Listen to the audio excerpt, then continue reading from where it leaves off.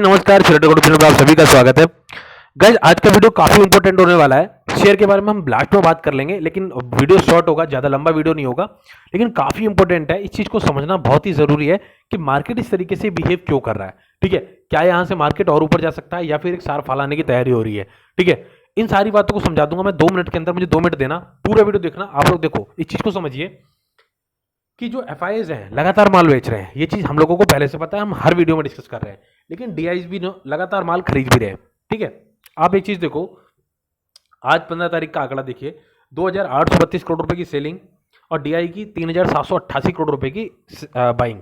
ठीक है, तो ये एक पॉजिटिव नोट है कि भाई डीआई जो है ना, एफआई से ज्यादा इन्होंने बाइंग की। ये एक अच्छी चीज है और मार्केट में इसका रिएक्शन देखने को भी मिला था। ठीक, लेकिन देखो 14 तारीख को क्या हुआ, 4000 करोड़ रुपए की सेलिंग, 3527 करोड़ रुपए की बाइंग। ठीक है, लगातार एफआईएस बेच रहा है, डीआई खरीद रहा है, लेकिन कहाँ खरीद रहा है भाई? एक लेवल तक खरीद रहा है। जब मार्केट ना, मैं बताता हूँ रेंज, ये देखना, ध्यान से समझना इस चीज को, आपको चीज समझ में आएंगी। रेंज क्या बनाई हुई है मार्केट ने? 22,300 और 21,750। अब इस रेंज के बीच में मार्केट घूम रहा है। जैसे ही यहां आता है, सारे डीआई जो है ना एक्टिवेट हो जाते हैं, यहां से माल खरीदना शुरू करते हैं, यहां मार्केट को लेकर आ जाते हैं और फिर खड़े हो जाते हैं। अब क्या है कि अगर एफआईज यहां पर पैसा डालना शुरू कर दे, तब ये मार्केट ऊपर जाएगा। अगर एफआईज जो पीछे हाथ करके खड़े हुए हैं, ठीक है, जो हम लास्ट कुछ सेशन से देख रहे हैं, मार्केट यहां से फिर नीचे आ जाता है। ठीक, ये हमको देखने को मिल रहा है। और आज मुझे लग रहा था कि मार्केट शायद, उम्मीद है कुछ ऊपर जाए, लेकिन नहीं, मार्केट फिर यहाँ 200 पर आकर खड़ा हो गया, 22,200। ठीक है, ये जो लास्ट क्लोजिंग थी हमारी 14 तारीख की, उससे भी नीचे है। ठीक है, 17 पॉइंट। अब यहां मेरा कंसर्न क्या है? कंसर्न ये है गाइस, एक चीज को समझो कि मार्केट जो है ना, स्टॉक पैसिफिक चल रहा है। ठीक, मान लो किसी पर न्यूज आ गया तो मार्केट चल गया। ठीक है, और किसी का रिजल्ट्स अच्छे आ गए तो थोड़ा बहुत मार्केट चल गया। बस ये हो रहा है। अब हो क्या रहा है, कंसर्न क्या है, इस चीज को समझो। देखो भाई, इंपॉर्टेंट बात इस चीज को समझना है कि जब एफआईज पैसा नहीं लगाएंगे ना, तो मार्केट ऊपर नहीं जा सकता।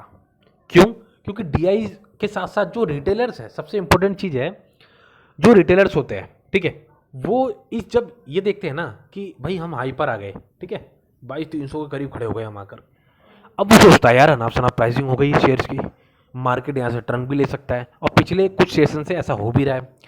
तो यहाँ आकर के ना इन्वेस्टमेंट करने का लोगों का मन नहीं होता है। ठीक है, और ये देखा जा रहा है कुछ दिनों से लगातार। मैं ये चीज़ को नोटिस कर रहा हूँ, ऑब्जर्व कर रहा हूँ, ये लगातार देखने को मिल रहा है। ठीक, 300 पे जब मार्केट आती है, इसके करीब आती है, यहाँ से टर्न हो जाती है। ठीक है, ऐसा रेजिस्टेंस और सपोर्ट का ये काम करने लगे। तो अब देखो मार्केट 200 पे खड़ी हुई है, तो क्या लगता है कल क्या अगर गैप अप खुलता है ना, तो मार्केट नीचे आ जाएगा, और गैप फ्लैट खुलता है ना, थोड़ा ऊपर चढ़ने का फिर नीचे आ जाएगा। तो यही हो सकता है। ठीक है, इसलिए मैं कह रहा हूं कि मार्केट एक दायरे में घूम रहा है। अब ऐसे में हम लोग क्या करें? और कंसर्न सबसे बड़ा क्या है? देखो, कंसर्न ये है कि जब तक एफआईज का पैसा नहीं लगेगा, जोर से मार्केट ऊपर नहीं जाएगा, नंबर 1। नंबर 2, इलेक्शन से पहले मुझे लगता है थोड़ा और भी मार्केट टूट सकता है। समझ रहे हो? टूटने का मतलब क्या है कि यहां पर जब प्राइसिंग अभी 21,750 के करीब आई थी मार्केट, ठीक है, तो काफ़ी रिटेलर्स ने माल खरीदा है। ठीक है, रिटेलर्स ने माल खरीदा है, हमने भी खरीदा है। ठीक है, काफ़ी रिटेलर्स ने माल खरीदा है। अब क्या है, रिटेलर्स के पास जो ना पैसा एक होता है फिक्स, ठीक, वो बार बार माल नहीं खरीद सकते। ठीक है, तो इस बार तो ये सपोर्ट बचा लिया हम लोगों ने। डीआईज भी लगातार प्रयास कर रहे हैं भाई। ठीक है, देखो आज का भी प्रयास इन्होंने काफ़ी किया, और अगर फिर सेलिंग और एक हैवी सेलिंग कर दी ना इन्होंने, एफआईज ने अब की बार, तो मुझे लगता है ये फिर टूट जाएगा। ठीक है, बस इतना मेरा कंसर्न है, और बाकी मैं मार्केट को लेके पॉजिटिव हूँ। ठीक है, तो मैं क्या कहना चाहता हूँ, इन शॉर्ट समझो, मैं ये कहना चाहता हूँ कि जो भी शेयर हम लोग डिस्कस करेंगे इस वीडियो में, और जो भी शेयर्स मैंने अभी तक डिस्कस किए हैं, उनको बहुत ही सावधानी से अपने पोर्टफोलियो में ऐड करने हैं।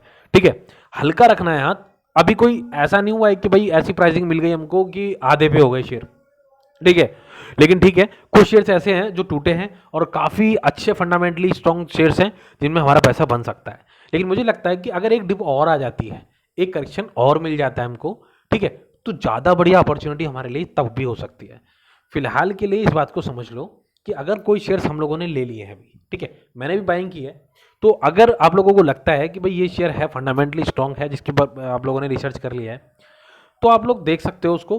अपने प्राइसिंग से या अपने हाई से अगर 30 से 35% गिरा हुआ शेयर है, तो मुझे लगता है फिर वो टाइम आज का हो या कल का हो, आप बाय कर सकते हो। ठीक है, इस चीज़ को समझ लो। अब जो मैंने शेयर्स आप लोगों से बताए हुए हैं, ठीक है, उसको बल्क में कभी नहीं खरीदना है, ठीक है। अभी वाला मार्केट नहीं है कि बल्क में हम लोग कोई शेयर खरीदें, ठीक है। हल्के हल्के चलते रहो, हल्के हल्के खरीदते रहो, ठीक है, अगर आप लोगों को ऐसा लगता है तो, ठीक है। तो ये मेरा एक कंसर्न था यार, मुझे ऐसा लग रहा कहीं ऐसा ना हो कि यहाँ से अब बार बार जो है ना रेजिस्टेंस को ही क्रॉस नहीं कर पा रहा है और सेलिंग भी लगातार जा रही है। तो मुझे लगता है कि एक अगर झटका नीचे को लगता है तो हमारे लिए ज़्यादा बढ़िया अपॉर्चुनिटी होगी, ठीक है। तो मन मारने की जरूरत नहीं है, मार्केट बहुत अपना बढ़िया है, दमदार मार्केट है, ऐसी कोई बात नहीं है। बस हम लोगों को सही शेयर अपने सही समय पर खरीदने हैं, ठीक है।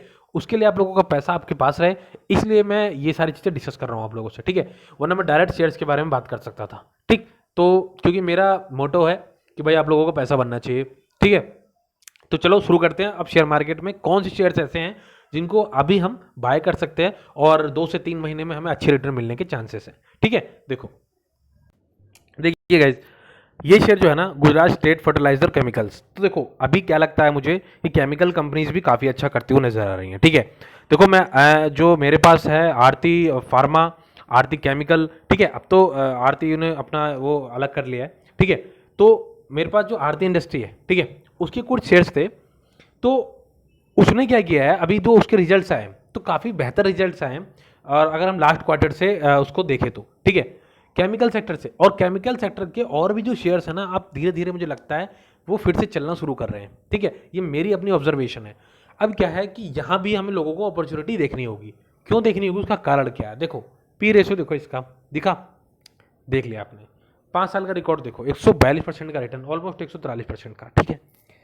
तो 1.5 गुना पैसा हुआ है, ठीक है। लॉन्ग टर्म में अगर हमने इसको रखा है, इसकी चाल देखो ध्यान से, ठीक है। धीरे धीरे पैसा बनेगा, पर पैसा बनेगा इसमें। अभी क्या है, इस चीज़ को समझने की कोशिश करो। 232 रुपये का प्राइसिंग अभी चल रहा है, ठीक। अब मैं इसका हाई दिखा देता हूँ आपको। हाई देखिए, ये देखो 322 रुपये का इसका हाई है, ठीक। तो अगर हम इसको देखें कि अपने हाई से ही कितने परसेंटेज नीचे है, तो आप लोग इसको कैलकुलेट कर सकते हो, ऑलमोस्ट 90 रुपये नीचे है, ठीक है, अगर मैं ठीक हूँ तो देख लो, ठीक। अब क्या है, ऐसे शेयर्स को पी रेशो अच्छा है, ठीक है, अच्छा खासा गिरा हुआ है। और केमिकल सेक्टर मुझे लगता है अब ठीक होता हुआ नजर भी आने वाला है, ठीक है। आने वाले टाइम में ये सारी चीज़ चलती हुई नजर आएंगी आप लोगों को। मार्केट फिर से थोड़ी टाइम बाद बुल रन में आ जाएगा। अब ऐसे में क्या करना है हमको, ये शेयर जो है ना एक अच्छी हमारे लिए पिक हो सकती है, ठीक। ठीक है, आज की जो चाल है वो देख लो। देखो गाइज, आज भी इसमें 2.5% का इजाफा हुआ है, ठीक है। इसके शेयर के अंदर 2.5% का इजाफा हुआ है। कंपनी क्या करती है मैं अभी बताता हूँ आपको, वो भी दिखाऊंगा, ठीक है। देखो 2.5% का इजाफा सिर्फ आज के दिन में हुआ है। तो ऐसा क्यों हुआ, उसके पीछे कोई कारण भी होगा, ठीक। तो देखो पहले मैं दिखाता हूँ कंपनी काम क्या करती है, फिर इसके टारगेट की बात करूंगा और कहाँ हम इसको लेंगे, ये प्राइसिंग की बात करेंगे, ठीक है। तो देखो गाइज, इसको पढ़ो। Gujarat State Fertilizer Chemical Limited is an Indian chemical and fertiliser manufacture owned by the government of Gujarat, ठीक है। Was founded 1962। ये हमारे काम का है नहीं। अभी क्या है कि ये जो कंपनी है गुजरात स्टेट फर्टिलाइजर और केमिकल, ठीक है, तो ये 2 सेगमेंट में काम करती है, एक फर्टिलाइजर और केमिकल, ठीक। और ये एक तरीके से देख लो आप लोग, लिखा हुआ है साफ साफ कि भाई गुजरात जो गवर्नमेंट है उसके अंडर है, ठीक।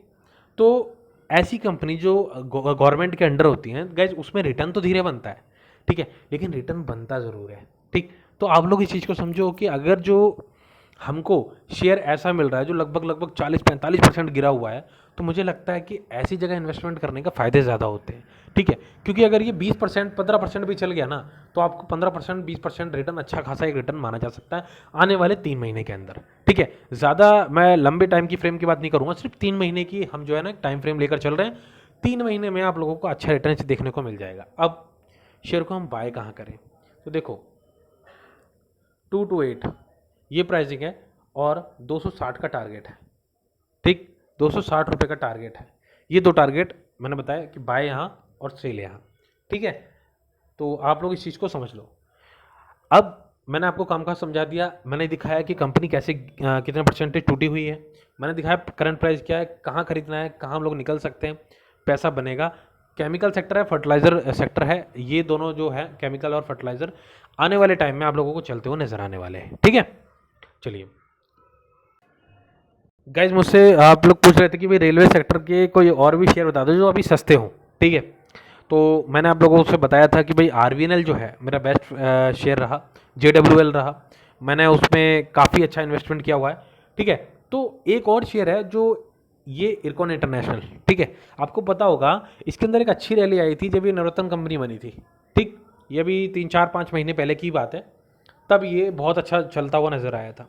कंपनी का काम क्या है वो मैं दिखा दूंगा आपको, लेकिन इस चीज़ को समझो। देखो इसका पी रेशो देखो, आप लोग देख रहे हो 22,000 करोड़ रुपए की इसकी जो है एक मार्केट कैप है, काफ़ी बड़ी है, ठीक है। अब पी रेशो काफ़ी अच्छा है, कंपनी डिविडेंड पे कर रही है, इसका मतलब प्रॉफिट में है। अब क्या है भाई, रिटर्न्स किस तरीके से इस कंपनी ने बना के दिए हैं, तो गाइज अच्छे खासे रिटर्न बना के दिए हैं। आने वाले टारगेट्स क्या हो सकते हैं वो हम बात कर लेते हैं, फिर मैं कंपनी का कामकाज भी दिखाऊंगा। देखो गाइज, आने वाले टाइम में ना अगर मैं थोड़ा लॉन्ग टर्म की बात करूं, यानी कि 5 से 6 महीने की बात करूं, तो गाइज आपको 320 रुपये के टारगेट आपको देखने को मिल जाएंगे अगर मैं 6 महीने की बात करूं तो, ठीक है। उससे पहले 280 रुपये का टारगेट आप लोगों को आने वाले टाइम में मिल जाएगा देखने को, ठीक। ये टारगेट आने वाले 3 महीने में आप लोगों को देखने को मिल जाएगा।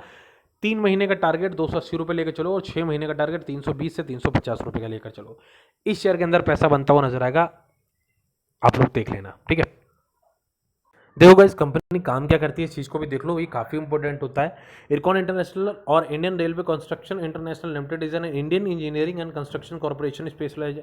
अब स्पेशलाइज किस चीज़ में है ये? ट्रांसपोर्ट इंफ्रास्ट्रक्चर, ठीक है। तो समझ रहे हो आप लोग?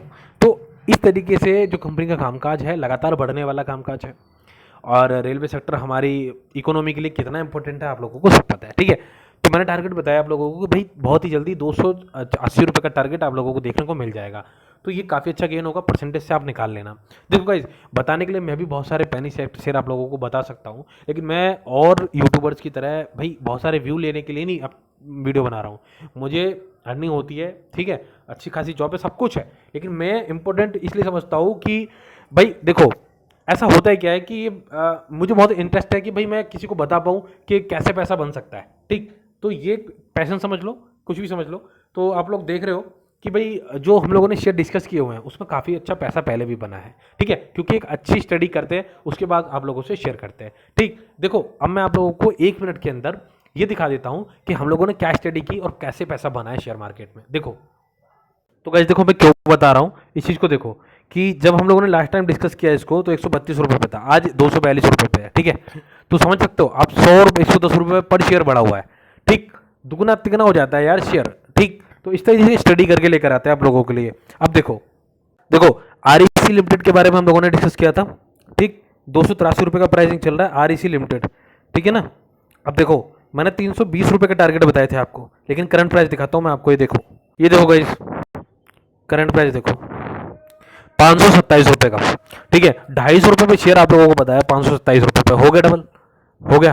तो 100% रिटर्न बनेगा इस आप लोगों के, ठीक है। आप ये नहीं कह सकते कि भाई आप जो है ना सिर्फ रेलवे सेक्टर वो तो चला ही था तो आपने बता दिया। तो मैं बता रहा हूँ ना, ये देखो फाइनेंस करने वाली कंपनी है, ठीक है, एनबीएफसी से है। अभी दिखाता हूँ आपको, तो गाइस ये इंफ्रा से, ठीक, एनसीसी 160 रुपये की प्राइसिंग बताया था, टारगेट दिए थे 186 रुपये के। अब दिखाता हूँ 140 पे डिस्कस किया था, 250 का प्राइस अभी चल रहा है, ठीक है। 260 का हाई मार के आए।